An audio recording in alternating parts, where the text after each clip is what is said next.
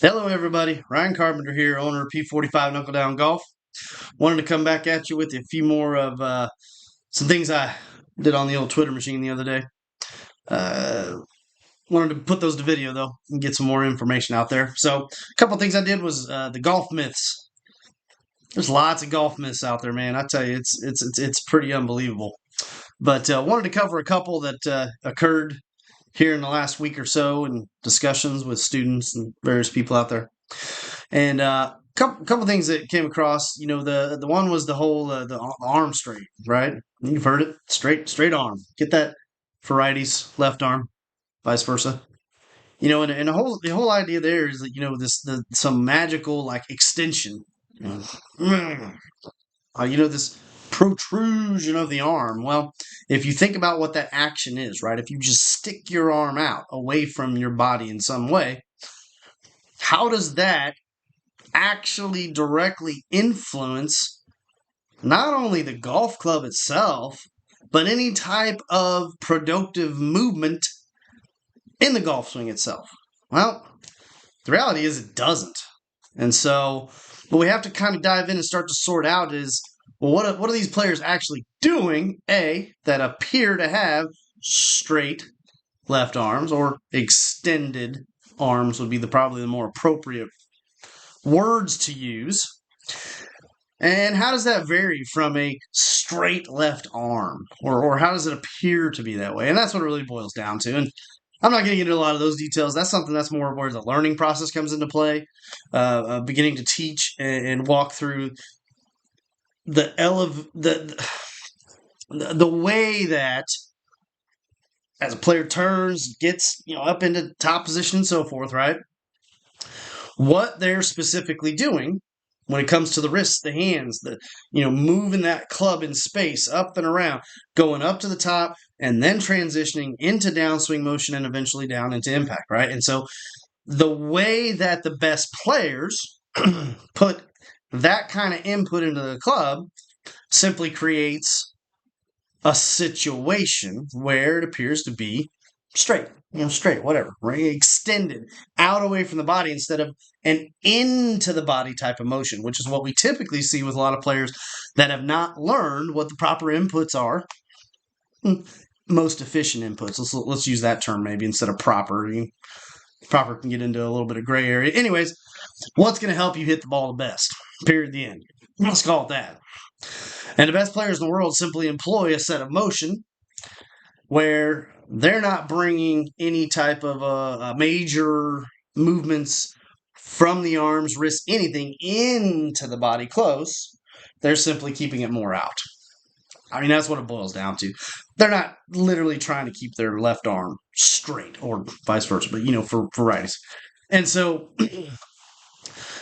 take it to another level. There's also a number of players, and if you spend enough time with video, and back in the day when I was working with Golf Tech, before I got super busy with my book all filled up and whatnot, in between what lessons I did have, I would spend hours going through every single swing that we had in the database and just looking at every detail and trying to figure out, why does he do this? Why does that player do that? And why does she do that? And, I spent so many hours looking at the professional level golf swings. And if you really go look, there's all kinds of players that if you take a close enough look, you're going to see that their left arm, it ain't straight, folks. Again, I hate to say it, it's BS. Because it's just what it boils down to. These players do not all have these perfectly straight left arms, And so the more important thing would be to say, look, we need not to make your arm straight, but we want to start to help you learn what are the best ways to hold the club, what are the best ways to move the club from the transitioning motion of up into the top of the swing and back down again. And if those things begin to get learned and developed through the proper processes, we'll come back at you on that later with some more videos.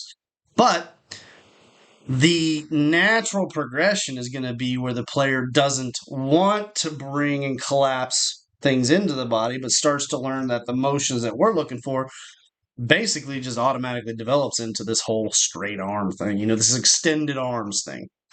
So that's the first part. And one of the examples I put on Twitter, the other day was with Jordan Spieth. And if you look real closely, slow it down, you're going to see the top swing. He's got a little bend in his arm. Now, for him as an individual, all kinds of possible reasons why that might be. Is he super collapsed into the body? No. But is it straight? It ain't straight, folks. So the straight arm thing, absolute BS. The second part is this kind of begins to somewhat bring it together. I asked a question and didn't get any answers, but that's okay. When should you release? And this goes back to something that, boy, way back in the day, Jack Nicklaus said long years ago, and kind of befuddling, to be honest, in the beginning when you start to try to figure out what the heck he was talking about. But he said, yeah, shoot, I release it right from the top. And I mean, if you take that idea of releasing the club from the top and you start to mix it in with what you see amateurs doing, you're like, no, that's what they do. We don't want them to do that. But we got come a long way since that mention a long time ago. And we studied the swing of heck a lot more with a lot more detail and input measurements and all kinds of stuff. Anyhow, more on that later as well. But the point is this. He was actually right. It didn't necessarily translate verbally. And you start to look at the swing and you're like, boy, Jack, we don't see you doing that really. Well, what he meant was he simply released the club in his way versus what we would see with most amateurs doing when they start to kind of release the club and throw it, as we call it, from the top. And so he was just describing his version of it, if you will, and which was meaning he was like, I'm not holding on to nothing, man. I'm rock and roll. And for good players, the way that they actually go, again, into transition, after getting set at the top and how they begin to sort the club down and into impact, that's the ball game right there. I mean, in my opinion, that's what P45 Knuckle Down Golf's all about. So, again, that's kind of more of the learning process, taking lessons. If you want to dive into all that, hit me up as always. Twitter, P45 Knuckle Down Golf spelled out, or P4 at P45KDG. And I've got my email. I'll put all my information up and out there. But you can find me on Twitter or Facebook, whatever. And and that's where the learning process comes into play. If you want to learn those things, anybody can learn them. There is a process involved.